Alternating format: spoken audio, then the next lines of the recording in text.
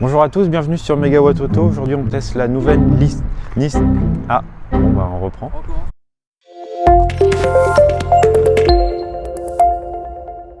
Bonjour à tous, bienvenue sur Megawatt Auto. Aujourd'hui on teste la nouvelle Nissan Leaf. Donc on a ici une version plutôt haut de gamme, en gris, très sympa. Alors il y a deux prix chez Nissan. On a le type 2 qu'on retrouve partout. Et là la prise CHAdeMO qui est pas très courante, qui permet par contre une recharge rapide. C'est un peu le défaut de cette voiture. C'est le défaut de cette voiture. Prises, Maintenant on met plutôt du DC Combo plutôt que du CHAdeMO, mais ça permet quand même une recharge à 80% en 30 minutes. Autrement, elle s'est bien placée. Elle est très jolie. C'est une grosse berline, elle a augmenté de taille par rapport à l'ancienne.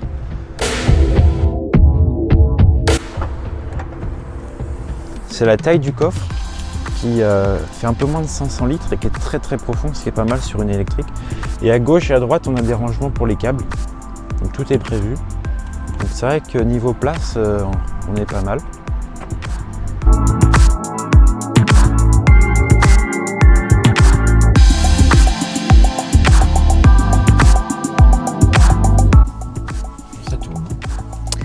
Bon bah voilà, bienvenue dans l'intérieur de la Nissan Leaf. Bon, on va dire que c'est... donc là on est sur la finition Tecna, hein. On a le siège en cuir.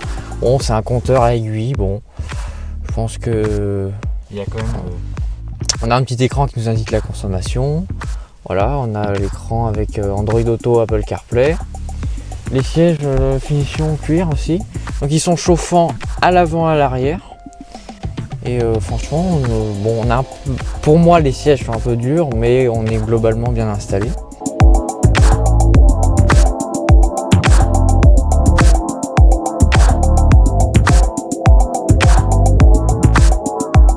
On va faire un petit drag en mode éco hein, pour commencer. Je mets le pied dedans. Du coup, ça fait donc 200 chevaux. 214. 214, donc elle est plus puissante que le Kona. Donc je suis en mode éco.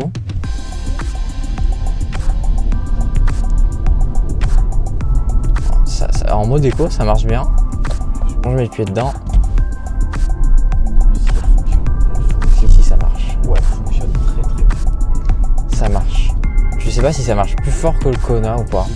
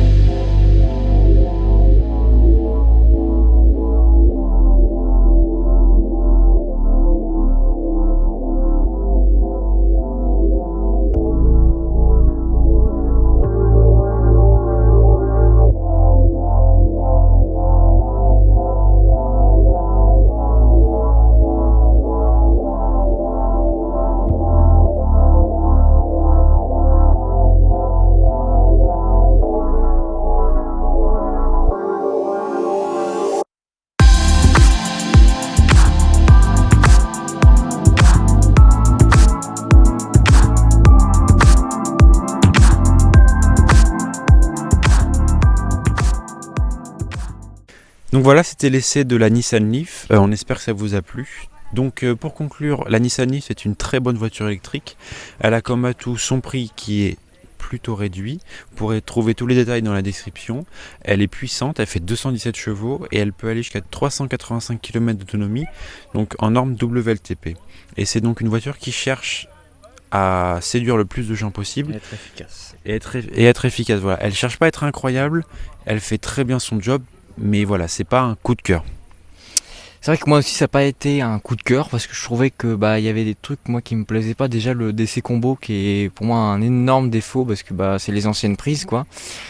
Et aussi très important, moi j'ai pas du tout aimé le sélecteur de vitesse. Hein. Alors il y en a qui peuvent aimer, mais moi j'ai pas du tout apprécié parce que je l'ai pas trouvé intuitif. Voilà.